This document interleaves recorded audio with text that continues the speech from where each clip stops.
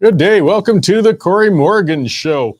Lots on the go today. As always, plenty of news, man. You know, as it's summertime, I kind of complain a little bit, saying, geez, there's just not enough going on. I miss when Parliament's in session and all that stuff. And then fall hits, and then the hardest part is trying to think about how much stuff I can jam in to rant and rave about over the course of 45 minutes when there's so many subjects to choose from. Either way, I got lots to cover today. My guest is going to be Dr. Michael Wagner. He's been on before. He writes columns for the Western Standard, and he's written a number of books. He's got a new one out called Time to Leave. And yes, it's a Western independence themed book. And there's the 18th anniversary of another of his books here, Canada Standing on Guard for Thee. We're going to talk about that and a few other things and our differences in views on things. I'm looking forward to that. I really like talking to Michael when I get the chance. So yes, as I said, it's a beautiful fall day out there. It's nice, you know. It looks like horrible weather coming into Florida. There's a hurricane moving in down there. Hopefully it's not as bad as folks are being warned. I wonder who's controlling all that weather that's making this happen. Who on the big weather gods has been fixing it so Alberta's getting nice weather and Florida's getting beaten on? Why, it must be the chemtrails, right? Yeah, I'm going to start on that, guys, because I'm getting sick of it. Look, political gotcha games are one of the favorite tactics the hysteric left likes to use to try and paint conservatives as crazy. One of the best gifts a conservative politician can give an opponent is to appear to embrace fringe conspiracy theories. Recently, Alberta Premier Danielle Smith stepped in it when she appeared to lend credence to the long discredited chemtrails theory when she answered a question at a town hall meeting. Smith never said the chemtrail theory had any validity or that people should be concerned, but she answered the questioner as if it was a legitimate question worthy of discourse. She really should have just dismissed it. It was an act of being polite to a person who doubtless was genuinely concerned. But it didn't do the Premier of Albertans any favors. The news scroll was taken up for days with legacy media members being aghast. I mean, Andrew Coyne, of course, haughtily said, Premier Loon. He loves saying that about Smith. And of course, they implied that Smith was an adherent to kooky chemtrail theories. The Premier then had to waste time and energy clarifying and explaining where she stood as her comments were taken out of context and they spread like wildfire. So what's the lesson here? It's a simple one. Don't give time to bloody conspiracy theorists. Look at the chemtrail thing and think about how unreasonable it is. The chemtrail conspiracy theory assumes that all those jet contrails you see in the sky are actually chemicals being sprayed to control the weather and to poison citizens. For this conspiracy to work, one must assume that every commercial pilot, airline mechanic, baggage handler, and even that pretty flight attendant is in on it, as well as every government in the world. It's completely absurd. It's rather easy to debunk the theory. There's plenty of sources online which lay out in lay terms how water vapor, and that's all it is, from aircraft exhaust condenses at high elevations in certain conditions. There's plenty of photos from World War II showing contrails as aircraft fought during the Battle of Britain, which kind of debunks those claims that these are a new phenomena. Of course, those pictures might have been edited, right? That 1942 Photoshop. I'm confident that our Air Force veterans of World War II weren't part of any grand conspiracy to modify the weather. If they were, I wish they would have made it a little better for our January days. The ready facts countering chemtrail theories are lost on the adherents of the conspiracy theory, though. To try and debate with them is just to invite a barrage of anecdotes and links to websites that share their odd worldview. And they also like moving the goalposts into a discussion of cloud seeding practices, which is something else altogether. No, chemtrails are only one of the many of the conspiracy theories throwing around. Of course, a troublesome and pervasive trend that's emerged lately among conspiracy theorists has been the allegations of organized pedophile rings. They believe that most aspects of the world are run by networks of pedophiles who traffic our children and presumably molest them, even apparently in pizza parlors. It's bizarre and it's repugnant. In Alberta, there's one social media activist with a surprisingly large online following who claims that Alberta Health Services is actually a secret pedophile ring, and that news outlets that refuse to report on his nutty allegations are part of the conspiracy. It's more than a little offensive, and I suspect he's going to be facing a nasty civil action pretty soon if he doesn't shut the hell up. Pedophiles do exist, and they're disgusting, and there are some vile networks that trade in children. They have to be exposed, charged, and incarcerated at all costs. That doesn't mean there's thousands of organized pedophile rings, though. As awful as child molesters are, thankfully, they aren't as common as some conspiracy theorists would like us to believe they are, and they tend to be loners. I think part of it's an effort to make their villains appear as odious as possible, or at least, to quell questioning of their views. They like to shut down debate by saying things like, oh, so you're okay with pedophile rings? No. But instead of letting them drag you into their perverse discourse with statements like that, what people in politics or outside of politics should do is just disengage and ignore them. There's nothing to be gained in trying to reason with them.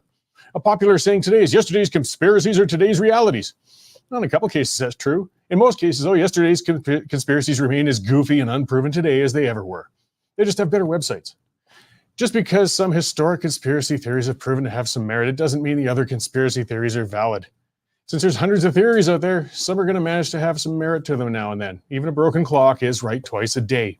We have some real issues to deal with, and our politicians can only focus on so many of them at a time. Indulging conspiracy types doesn't pacify them, and it only distracts from serious business. Just ask Conservative Party of BC leader John Rustad how much he enjoyed having to deal with the fake issue of 5G telephone networks spreading COVID-19 when he should have been campaigning. Woke activists and legacy media, they won't relent, and they're going to keep trying to trap conservative politicians. But why make it easy for them? By dipping into the realm of conspiracy theories. Now, I know I've invited a barrage of emails which will link to favorite conspiracy theory sites. I'm not going to respond to any of them. I'm just going to forward them to my bastards among the little lizard people who control the media. That's what's got me going to start things out today. Well, getting outside of the conspiracies, let's get a little more closer to home. And Dave, are you... Why are you doing this to me? What have I done now? Because now I'm going to get emails and email. Look, just to be clear, Yes. It's C. Morgan at Western Standard News, right? Yes, .news, yes. .news, I'm sorry. Okay, good. Send your emails there. What's with the dog tag? The dog tag. This is for the bring them home for the hostages held by Hamas in Israel. As they should. Yes, as my Jewish conspiracy masters told me to wear it. How's your football team doing? Oh, God. I saw a picture of you and Duke the Wonder Dog getting ready for the game on Sunday, I think it was. That was painful. I got to admit, as I said, yes, I put that picture up because even Duke was hiding his face. And that, as a Steelers fan, I got to admit, that was not a good game to watch. It was a terrible game. Dallas sucked, and the Steelers sucked more. Yeah. I'm still hoping for the best. The season is young, but they stunk. Well, it's not easy being a Seahawks fan either. We somehow lost to the Giants on the weekend, and there's Duke. Isn't he lovely? The legs all spread like that. Yeah, and me laying there with a bowl on my belly. Jane was kind enough to take that fine picture. What's in the bowl? Nothing at that point. I think it was a brownie or something. Okay. My Seahawks have got San Fran tomorrow, so that'll be a tough test. Anyways, on to the news. Yes. Right now, our site's leading off with the latest from the Saskatchewan election. Correspondent Chris Oldcorn has the two major parties' policies on drug decriminalization and safe using sites and all sorts of stuff like that. Close to Alberta, we've got the Canadian Taxpayers Federation calling on Premier Smith to join Blaine Higgs, Premier of New Brunswick, in his court challenge against the carbon tax. And Chris Sims with the CTF is urging her to do that. Alberta, the UCP announced today a deal with resident doctors to get them more pay and hopefully shorter hours. So that soothes one of those problems over. Interesting story on National Public Safety Minister Bill Blair at the time and all the China interference. So it doesn't seem like he was overly interested in being briefed, and in fact worked dozens and dozens of days at home and didn't bother reading the briefings. That's some of the allegations being heard at the Chinese Interference Commission. So, sure isn't amazing, see no evil, hear no evil among the Liberal senior members when it comes to this. It's crazy, isn't it? They obviously don't want to know. You mentioned Hurricane Milton. We've got a really good 3D visualization of what's going to happen when the storm surge hits today, and I wouldn't want to be anywhere near it. And I'll just mention a column by our Linda Slobodian. Pierre Poilievre was silenced yesterday and not allowed to ask questions in the Parliament question period, believe it or not, all because he said some nasty things about Melanie Joly. And Linda's got her take on that, and you don't have to guess too far to figure out what it's going to be, Cory. No, I love how Linda rips into those issues. She's fantastic with it. So. Once she gets her claws into it, she's like a crazy cat lady. Yes, but with merit, not just an embittered. I don't mean you're a crazy cat lady. All right, well, lots to cover and lots going on. I appreciate the check-in and the reminder of last weekend's Steeler game. My pleasure. All right. That is our news editor, Dave Naylor, and that's when I like to remind you all, it's aside from Jim Bryson, who says, chemtrails are real, you're liars. I just unsubscribed, you traitors. Oh, Jim, that's just the chemicals talking. Stop.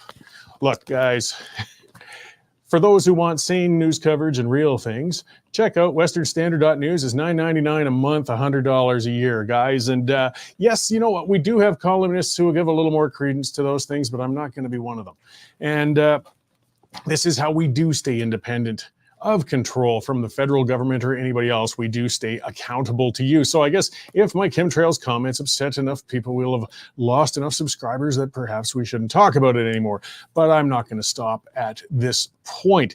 Check it out, guys. If you've subscribed already, we do appreciate it. Sorry to have lost your business, Jim. I hope that we can regain it once the chemtrail issue has been resolved. Until then, the rest of you guys, thank you for subscribing. And if you haven't yet, get on board, guys. There's lots going on out there. The House of Commons these days, always a gong show. Listening, the Liberals are so hard on the rocks right now. They are in such dire straits and trouble that it has become dysfunctional. It's a complete mess. I don't know what the point of keeping this parliament alive any longer is. People talk about Jagmeet Singh. He's the one holding it up. He's a coward. I like saying that on X all the time. I call him Jagmeet the Weak. It works them up, but it's true because he talks big, but he's a toothless tiger. And when push comes to shove, he won't call an election. We're in a really bad state. We got a minority government that's sitting at like 20% support, but they are entrenched. We can't get them the heck out of there because of our rotten system. Canada's system is broken. I've said it many times. So we've got a supposed, democracy going on, but we can't manage to invoke with it when we get such a minority government with so many people against it. And Jagmeet Singh, people say that, he's just in it for the pension and that. The guy already has his Rolexes and his $6,000 suits. I'm sure he'd like the pension, but that's not at all that's holding it. The problem that he's having there, actually, for the most part, is they got no money. They don't have any money. What is it? The NDP have something like $300,000 sitting in the bank. I believe the Conservatives have $16 million. Elections are expensive. You need a lot. And the NDP, just if an election was called, they would be devastated. They wouldn't be able to buy ad space. They wouldn't be able to get campaign signs. So we've got the Liberals terrified of an election. We got the NDP terrified of an election. And then we've just got this, they're just not even hiding the premise of bias. Speaker Ferguson, he's just terrible. He's just terrible. So, for the spat with with Melanie Jolie there. She's our foreign affairs minister, our terribly embarrassing one. Poilievre was shut out of the parliament for it. And she called him a Nazi. She tried to tie him to Diagolon. Diagolon's a flaky online internet group that they hold some crazy views. Some say they're trolls, some say they're real. I've seen some of their stuff. I think they really are. There's some really offensive, weird, nasty people among them. But whatever, there's nothing much to them. But either way, that group, they posted about raping Poilievre's wife. And Jolie is going to get up there and say that Poilievre is actually supporting that group? Come on, guys, get real. It's bizarre. And Paradoxy saying, from the parliament that literally honored a Nazi. I do think, I'm still going to lay that down when they stood up for that Nazi there, to just a case of having a low degree of history knowledge and poor organization. I'm certain if in hindsight, if they'd have realized they were bringing in somebody from the Waffen SS, they probably would have said, we're not going to have that fella in there. I don't think, for the most part, they support Nazis, but they are so incompetent and stupid that they did manage to bring one in there and get the whole place to stand up and applaud him. And some people said also the Conservatives got up and applauded the guy too. Yeah, that's what they do. And actually, if you look at some of the footage from that, you can see a few turn their eyes to the side saying, their gears were turning. They were saying, wait a minute, the date, this guy was fighting against the Russians and he was in Ukraine. Oh no. But, you just kind of politely applaud and sit down and hope that nobody would notice. And no, it's the House of Commons. People noticed and it hit the fan. But our parliament has managed to get worse over the course of a year. The discourse has gone downhill and nothing is getting done. They are just beyond handcuffed.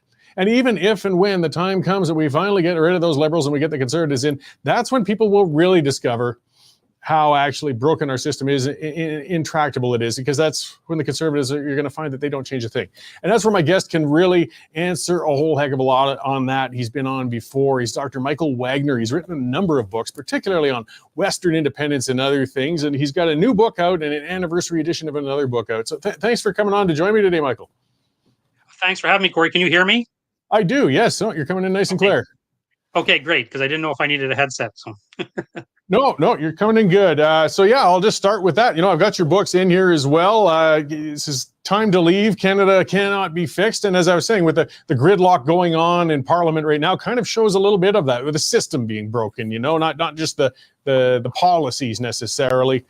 And your other book, this is a really nice look, and I got to give them back to Nigel now. He lent them to me so I could read them. But Canada Standing on Guard for Thee, a really nice looking book. And it's your 18th anniversary of this one. So both interesting reads. So with the Time to Leave, you've written, I'll let you explain it. You've written on independence and sort of implied that it's time to leave for a while anyways. What's new in this one to make the case a little better to people? Yeah, well, I wrote my book, No Other Option, in 2021 as to present my case for independence. I'd written a history of the Alberta independence movement in 2009 called Alberta Separatism Then and Now, but that wasn't an advocacy book so much, at least not explicitly, more subtly. So in 2021, I wrote No Other Option to make the explicit case for Alberta independence.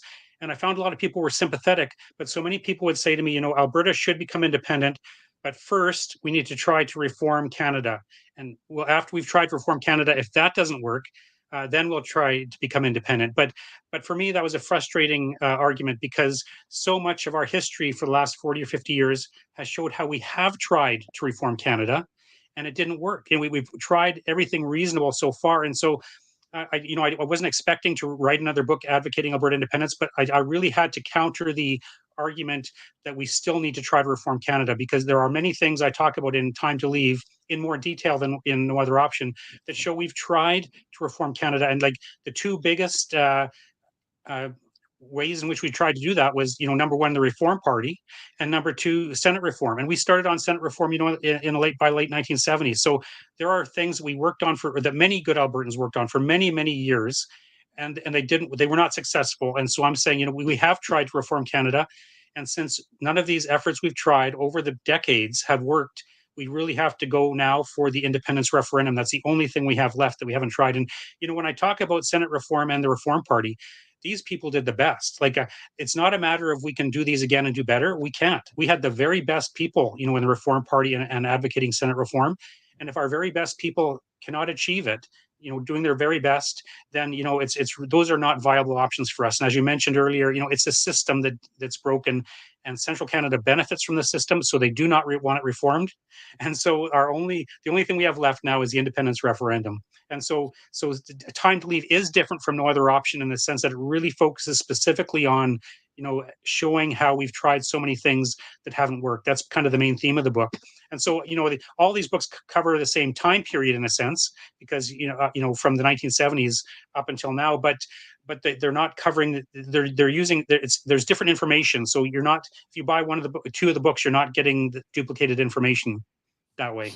No, and I understood that, in reading it, but I figured it best for you to explain that so people don't realize you didn't just slap a new cover on an old book and sell it again. There's something different and a different approach to things in the new ones. So I appreciate that. And then I saw you recently at the Ted Byfield event in Edmonton.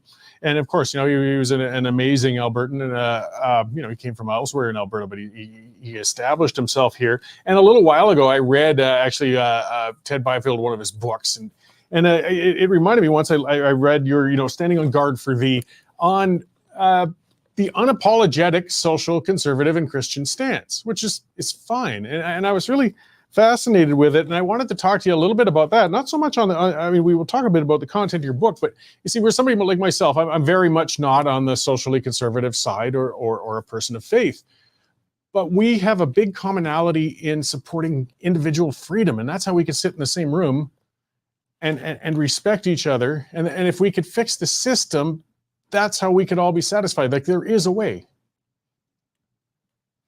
Yeah, for sure. And, for me, I write about, as you mentioned, that book that's being redone, that's about Christian political activism in Canada. And one of the main people in that, like there's three key people I identify in that, and one of them is Ted Byfield. And then when I write about Alberta independence topics, very often the key person again is Ted Byfield. Like he really brings together both of those elements. But yeah, I mean, well, there's a term I've used in one of my other books that I call Byfield conservatism, and Byfield conservatism is, there's three principles to it. One is free enterprise economics, the kind of libertarian side of things. One is defense of Western regional interests, and one is defense of social conservative ideas like traditional morality. But so those are kind of the bedrock ideas of what I call Byfield conservatism, which is in a sense Alberta conservatism. But yeah, there is so much in common in terms of the individual freedom thing, as you mentioned, and that's why say a party like the UCP has elements of both, and they can work together. In terms of like opposing the NDP, right? So. Yeah, and I mean, I think that the common enemy we always have is authoritarianism. Whether it's right or left, if it's too far, then we can't stay in the room. Then we start fighting with each other, and that's how we start spinning our wheels. I saw just today yet another one of those common type of court challenges. There's down in the States, it's been going for years. I guess somebody had demanded I think it was in Colorado, a trans cake, a cake, to celebrate his transition to a new gender. The court threw it out, finally. Can't we have both sides? Can you not just say this is a grown adult and he or she can transition to whatever the heck they please and go with what they will, but this is also a private business owner, and if they don't want to provide this, go to another bakery. Like, it should be that simple, but the far end on both sides are saying, well, you shouldn't be allowed to do that as a grown adult, and the other side is saying you shouldn't be allowed to do that as an independent business owner, and I think both are wrong. Yeah, like I think that's an important point you make there, because a lot of the elements of, I would term broadly, the sexual revolution, and in this particular, say the gay rights element, a lot of it was originally proposed as a libertarian idea. Let people live their lives as they want and do what they want, and that gets support because that makes so much sense to so many people. You live the way you want, let me live the way I want, and we can get along together that way, right, in society.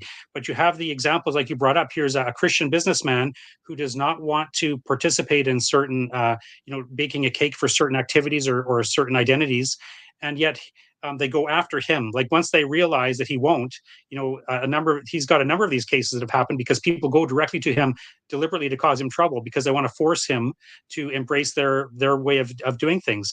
Now, if they would like back off from that and say, well, he's got his views, we'll let him live according to his views, he can do that and we'll do our thing, we'd have a lot more peace in society if people were that way.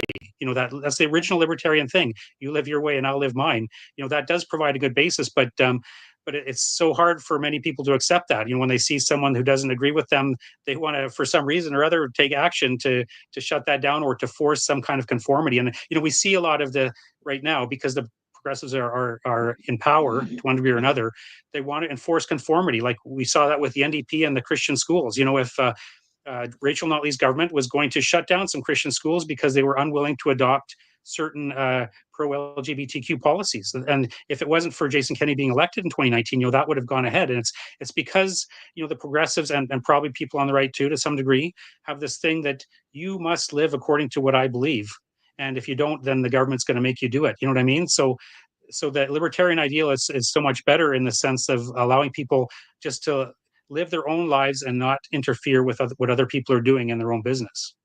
Well, yeah, and school choice, I mean, it's such an integral part of the whole thing, because I think that's where a lot of people, they have their different views. They want their children educated with values that they share. And right now, they're not leaving the public system to be a generic then reading, writing, and arithmetic institution. They're putting in woke values into these institutions that a lot of parents differ with. People should have the choice then to put their children into a different place. And that shouldn't be controversial. But it is, unfortunately. I mean, what's wrong with a Christian school? If you don't like it, don't go there. But do you talk? I don't believe so. But I mean, a voucher system. These are the things we could explore with a new system. Like, we could really bring about some things where we can allow those freedoms and choice. Yeah, well, actually, this is one of the areas of lots of interest to me, even though it's not in the Standing on Guard for Thee book.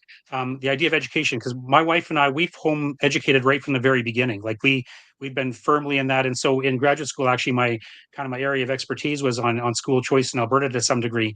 So this is a very important issue. the progressives like to talk about diversity, but then when it comes to school, it's one size fits all. And the ideas that you're talking about, educational choice, that is genuine diversity. You've got your public schools, charter schools, which are kind of public schools, different kinds of independent schools, home education. The more options people have is the more genuine diversity you have, and the more you actually serve the needs of the people. Like, there's different kinds of families with different views, and when you have this kind of educational choice, like a vast amount of educational choice, that serves the families where they're at. If they want to go to public school, there's probably one right down their road.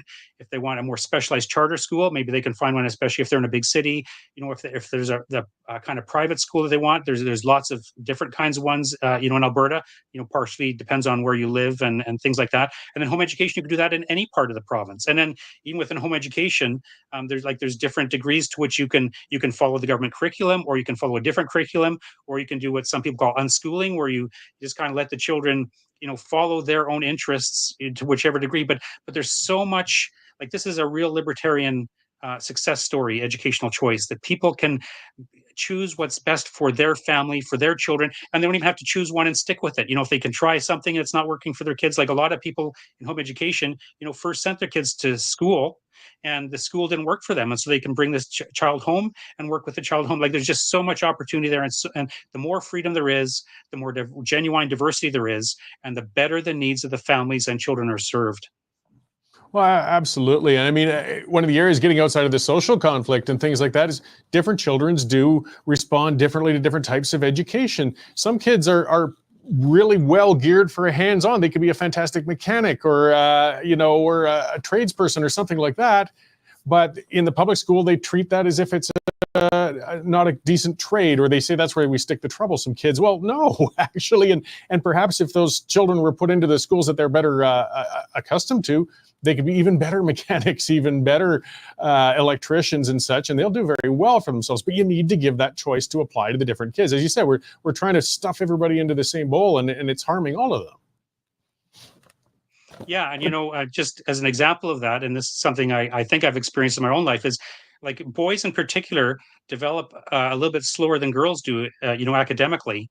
And some boys at certain ages, are not ready to read. Like, we think in education, well, at a certain age, every child should be reading at a certain level. You know what I mean? But some boys develop slower, and I think I was that way, because I remember in grade 2, I was taken out of class to read with some new Canadian children. I probably wasn't very good. So when I was forced to learn to read too early. And so boys that are forced to read too early learn that reading is hard. That's one of the messages they get. And they learn that they don't like reading. You know what I mean? And later on, reading became one of my favorite things. But for many years, I didn't like reading. And I think it was because it was pushed on me too early. You know what I mean? I wasn't quite ready for it. And I think that's true for many boys. I've heard that before. Well, this boy, he's not reading up to his level, and you want to shove it down his throat. And he's not going to like reading if you do that. You know what I mean? Or if you let them develop at their own level when they're ready, then they will like it because they're ready for it. And there's few gifts better than literacy. I'll kind of start closing to a good question from one of the commenters. It kind of puts you on the spot. Maybe you don't have to come up with all 5, but it's a good question. Peter LaFontaine, taking it back towards the independence front, saying, can your guest list 5 key policies that most Albertans would want and agree on? And, kind of then what we don't have, though, without separation, like what are we being held up from then in the current system? Well, I think that, like, the number one thing would be economic development that we could do on our own. The climate change policies climate change policies of the Trudeau government, hamper our economic development. So I think Albertans would agree, for the most part, on the need for having a robust development of our natural resources, especially our energy resources. And I think we could do much better independently than under Justin Trudeau and the Canadian government. I don't know if I can do 5. I mean, that's fine. I just present independence as an independent Alberta. Albertans get to decide our future. You know what I mean? Like right now, the way the system is, people essentially, generally speaking, in Ontario and Quebec, they elect the government and they decide what is best for Alberta, in terms of the federal responsibilities. And so they make these kind of policies like climate change, or, trying to restrict freedom of expression on the internet. And I could, if I had time, I could probably think of others. And these are not policies favored by Albertans. These are favored by people, I say, in Toronto and Montreal, where so many of the votes come from that elect the government there. So if we had our own government here in Alberta, the people who run the province would govern the province in accordance with the desires of Albertans and not in accordance with the desires of people in Toronto and Montreal. Like we would be electing our own leaders, and our own leaders would do what we want, or else we'd get rid of them. Right now, as it is, we hope that Justin Trudeau will lose the election next year, but it's not up to us. We're always voting against him anyway. It's up to people in Ontario and Quebec to put him out. But so our destiny is outside of our own control. Like, this is democracy. We're supposed to be able to elect the people that, make these decisions for us, and our own destinies in our own control. That is only possible if we're an independent country, because right now our destiny is controlled by people who are elected in, Toronto and Montreal, Ottawa, that kind of area for the most part. Yeah, and I mean, just that localized decision making alone. I mean, then we could spend a lot of time talking about the different individual policies. The main thing is that using independence as a catalyst to be able to rebuild that system. So yeah, the time went quickly. And before I let you go, these are the books. Where can folks get out and get their copies? And guys, it's worth it. Michael's writing's great. Okay, well, they're going to be available on Amazon. There's actually pages for them on Amazon. The Standing on Guard for Thee, you can pre-order it already. It's being released in January 1st. Time to Leave, there's a page for it on Amazon. The Kindle's available, but for some reason, Amazon is dragging its feet on getting the paper copies available. But at some point, Amazon should have them there, hopefully soon. Also, there's a local Alberta business called Merchant Ship. Their website is merchantship.ca. They will be carrying both books. Hopefully, they'll soon have Time to Leave available there. I know they have copies. They just haven't had time to put it up on their website yet. Excellent. Well, I appreciate you coming in to talk again. It's been a while, and I appreciate the writing, and I hope folks will rush out and get those. So thanks again, Michael, and I'm sure we'll talk again soon. Thanks for having me. It's been great to talk to you. Great. Thank you. So that is Dr. Michael Wagner, and yes, he writes some great stuff, particularly on the independence front. And if you Google his name and you Google some of those things, you will find your way to those copies and get them. They're a good read. So getting on to the side of like I said, in closing, I mean, I know it was good to ask for five responses, but it does put a person on the spot to count them down. But we've got, when you accept that the system's broken, the structure, the constitution, the agreement, the contract, whatever way you want to call it, getting into the geekery, think of Charlottetown and Meech Lake. That's the two last attempts to really kind of change the system. And they failed. They didn't even come close. So a province, whether it's Alberta or Quebec or whatever, I think the only catalyst that's going to shake the country up enough to inspire people to redraft the agreement will be an independence referendum. Nothing shy of that is going to change it. And something I've said to others before, I've said it in my book, and I'm certain, Michael feels much the same. It's liberals stir people up and help foster independence sentiment. But it's when conservatives hoop us that people really have it entrenched. That's when they realize it's the system. That's when they realize the conservatives will be less bad, but they're still beholden to central Canada. And it's just math. It's not personal. If they want to stay in power, they have to keep Toronto and Montreal satisfied. And that's what creates the real independence advocates, when they realize, wow, nothing's changing no matter what party I put in there. Now we got to start looking at the system. And one of the bigger fears, if we get to the point of an independence referendum and entrench a new system, we got to be careful. Humans can screw up. And hey, I hate to admit it, but we can screw up in the West too. We'd better make sure we put in a better system than the one we got out of, because it's not impossible that we break free and we make something dumber and worse than what we used to have. And that's where a lot of debate and discourse can happen too. I see another one of the commenters there, Saxon of Riverstone, saying libertarian legal theory insistence that the amount of government intervention should be kept to a minimum and the primary functions of law should be enforcement of contracts and social order. Yeah, that's a good kind of basic description. There's a lot of disagreement or misunderstanding. I mean, people have different views of what they think libertarianism is. I like the word that was in that definition, though, of minimum. I don't believe we should have no government. I don't believe there should be no order. I don't like having too much entrenched bylaws in a local area, but I also understand if 100 houses are going to live in a district, you got to have a few rules, or you can have the guy next door opening a nightclub next to you on one side and a guy opening a tannery on the other side. And between the leather smoke and the partying, you're going to have to move. So we got to kind of, like it or not, come up with a few rules. I prefer a world where we speak to our neighbor directly rather than running to the city city if you have a dispute. It's a much better way to do things typically, but we need a degree of laws. I mean, some people say libertarians, well, who's going to build the roads? Well, I'm not talking about anarchy. I'm not talking about zero government. I just want as little government as possible. And that'll always be debatable on what the minimum is. Always. It's pushing back and forth. But as long as we got a good democracy, we can discuss those things. We can change those things. That's part of the worry. That's part of the problem is we can't change it. We don't want to make our system so easy to change that we're constantly in flux. But currently we've got one that's carved in granite. We can't do anything with it. We can't change the Constitution. We can't even tweak it.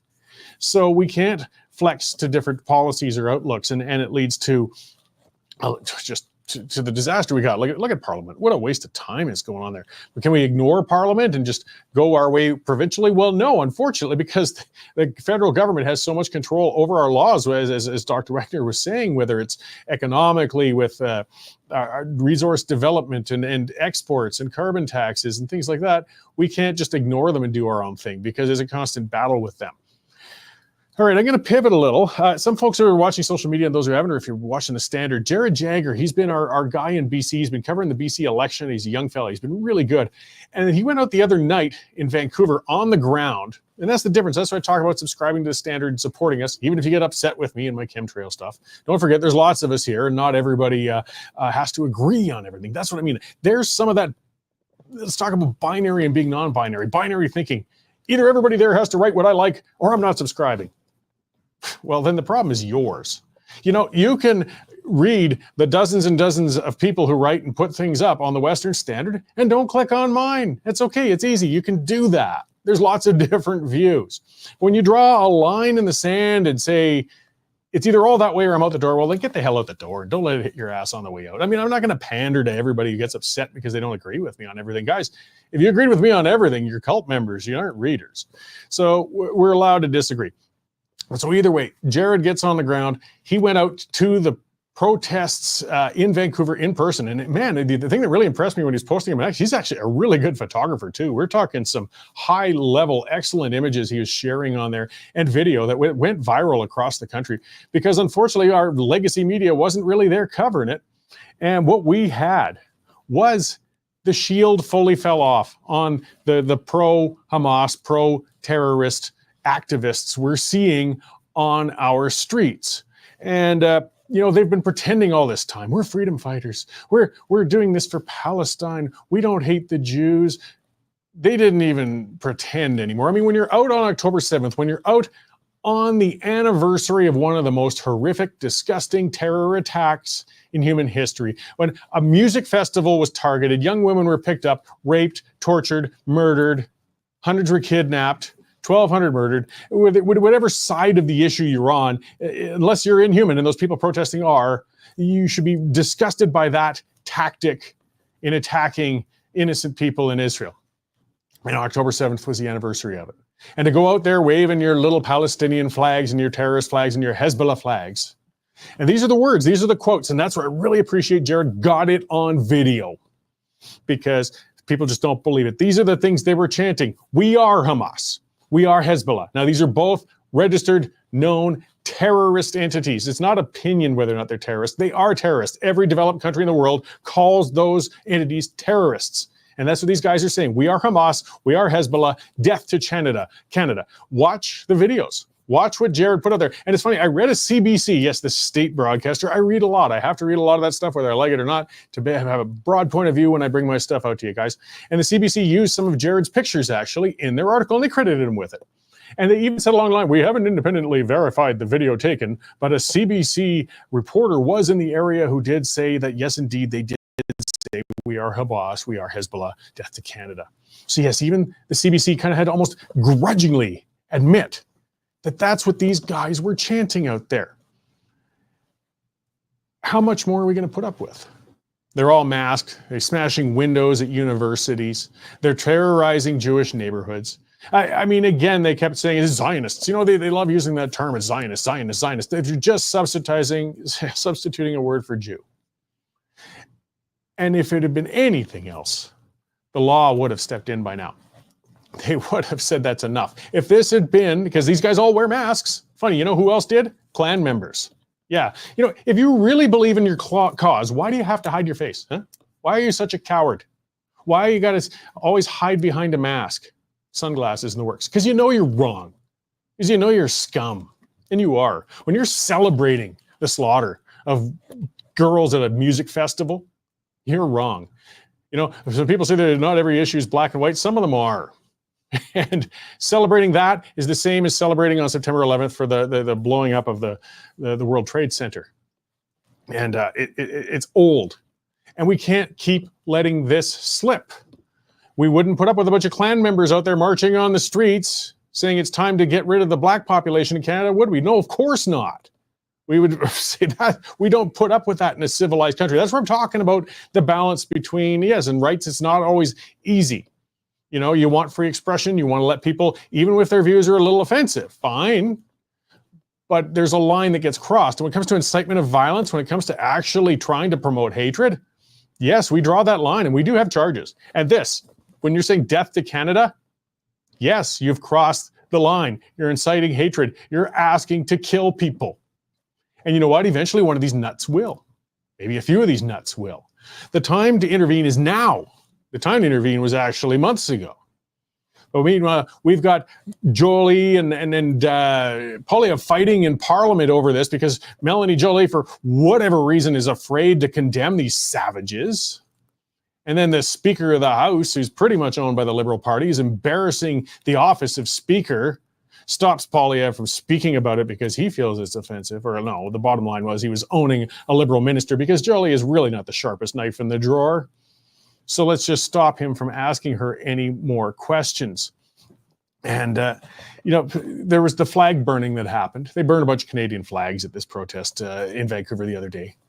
And, you know, see, there's one of the areas where I mix. I think flag burning is offensive. I think it's ugly to look at. I don't think it should be illegal. Calling for death to Canada is the problem. Saying that we are Hamas, we are Hezbollah is the problem. That is illegal. That's spreading hate. That's promoting violence. That's where we got to step in and say that's enough because it spreads. So I went in Calgary last weekend to at City Hall. The Calgary, you know, supporters for Israel or people concerned anyways, you know, just had a calm memorial event at City Hall for the victims and people of October 7th. Again, it wasn't a thing to demand that Israel attack or blow anything up. They just wanted to hold a memorial for the people who are still held hostage and the ones who have already been killed by these terrorists. So what do the pro-terrorist group do? They set up across the street and they gave their kids, and they had a bunch of kids. That's the thing, these scumbags I get sick of too. They put their kids in the front all the time. And they gave their kids bullhorns. And the kids were screaming in the bullhorns throughout the entire ceremony on the other side where the Jewish community was peacefully trying to hold, you know, a vigil. Really? Yes, there's a right and a wrong side. The ones who stick their children out spewing hate, screaming at people who are trying to hold a peaceful vigil, they're on the wrong. You don't have to sit here and parse this and think about it too bloody long. It was disgusting. It was disgusting when this was going on in Montreal and Toronto as well. And we've got to step up. And that's when you do cross a line between, you know, and there's no pacifying these nutcases. There's none. They went and they attacked the CBC studios in Vancouver the other night. The CBC, that's the most, you know, sympathetic media ear you idiots have. But it's not good enough for them. It's never good enough for them. These are people overwhelmed with hate. These are people overwhelmed with anger. See, with Paradoxy, and I fully agree, saying I think it's awful when people take their kids to any protests or demonstrations. It's bad parenting, absolutely. Even if it was a conservative-leaning demonstration or protest, if it seemed at all it's going to get violent or hateful, you just don't take the kids there. Don't. And I was watching those kids screaming and listening to them screaming. I posted some videos on X so you could hear them on the videos I posted. These are little kids right now that are getting programmed to such anger, such hate. And I said earlier, you know, when we hear later on when somebody's 18, 20 years old, whatever, they go off the rails and they go on a shooting rampage or they bomb something or they blow something up. And people say, how did that ever happen? This is how right now. This is how we're seeing it happen. We're seeing the children being programmed and trained into extremism and violence when they're just little. I was talking like 8, 10 years old, these ones that were holding these bullhorns, screaming hate at people just trying to hold a vigil. we've got to stop this. We are better than this. We're supposed to be a civilized country, and these people are not acting in a civilized way. So you know what? And that's something that gets to me, and there's truth to it, and people are getting upset, but too bloody bad. When the masks are ripped off of these people standing out there screaming and burning Canadian flags and saying death to Canada, if they aren't citizens, deport them right away. Get the hell out. You want death to Canada? Get the hell out of here. We don't need you. We don't need you. In fact, we really want you gone. And if they are Canadian citizens, charge them. And then the ones at the university the other day too that were smashing all the windows while a bunch of students linked arms to block authorities from stopping the smashing, expel every single one of those clowns. And if they aren't citizens, deport them. We got a lot of people in this world who would love to come to Canada, live peacefully, raise their families, make a living, contribute, network with neighbors. Millions of people want to do that.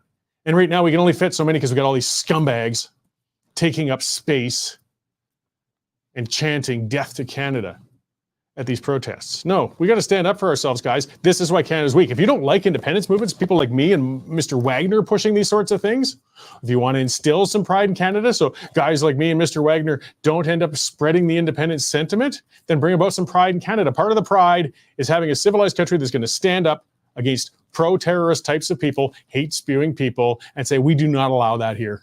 Go somewhere else if you're going to do that. We don't need it. You're out. All right.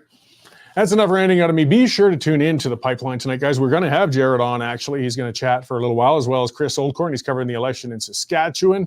Watch Nigel Hennifer. He actually interviewed the ambassador to Israel the other day, and there's a video of that up. His show is fantastic. It always is. And again, get to the Western Standard. Get your news there. Subscribe. Support us. Thank you very much. Don't let the chemtrails get you in the night. I appreciate you tuning in, and I will see you all next week at this time.